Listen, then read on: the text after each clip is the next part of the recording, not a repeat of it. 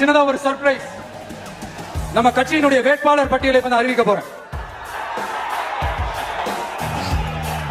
மதுரை கிழக்கு வேட்பாளர்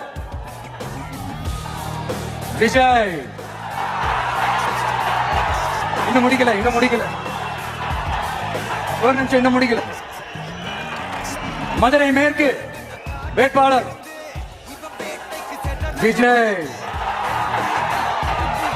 மதுரை மத்தி வேட்பாளர் விஜய். மதுரை தெற்கு வேட்பாளர் விஜய். மதுரை வடக்கு வேட்பாளர் விஜய். மேலூர் விஜய். சோழவந்தான் விஜய். திருப்பரங்குன்றம் விஜய். திருமங்கலம் விஜய். உசிலம்பட்டி விஜய்.